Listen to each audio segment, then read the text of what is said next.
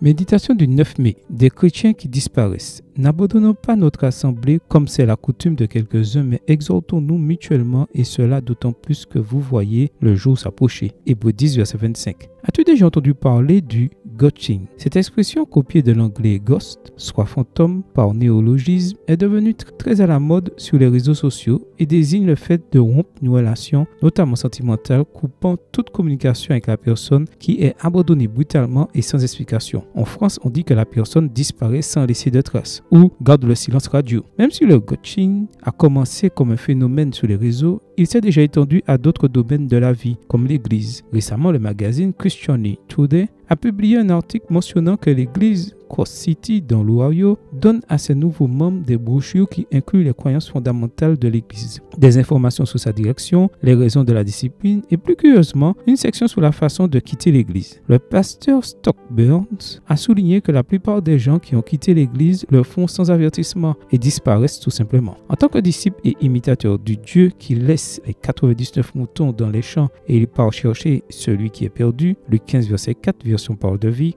nous ne pouvons pas simplement nous résigner et hausser les épaules lorsque quelqu'un nous quitte, comme Église. Dans l'Épître aux Hébreux, l'apôtre dit que nous devons nous encourager de plus en plus à continuer à faire confiance à Dieu. Bruce Barton note qu'un mot d'encouragement au bon moment peut faire la différence entre rester ferme dans la foi et s'effondrer en cours de route. Moïse était chargé d'encourager Josué, voir Deutéronome 3, verset 28. Jude et Silas ont encouragé l'Église après le concile de Jérusalem, voir Actes 15, verset 32. Paul a envoyé Tychique pour encourager les Éphésiens, voir Éphésiens 6, verset 22, et Timothée pour encourager les Thessaloniciens, voir 1 Thessaloniciens 3, verset 2. Être chrétien implique d'être sensible aux besoins des autres, ce qui inclut le besoin de recevoir des paroles d'encouragement et de réconfort. Exhortez-vous chaque jour aussi longtemps qu'on peut dire aujourd'hui. Hébreux 3, verset 13. Quelle personne parmi vous a besoin de mots d'encouragement aujourd'hui? Ne laissons pas le ghosting devenir une tendance dans nos églises. Encourageons-nous les uns les autres. Amen. Bonne journée à toi et que le Seigneur te bénisse.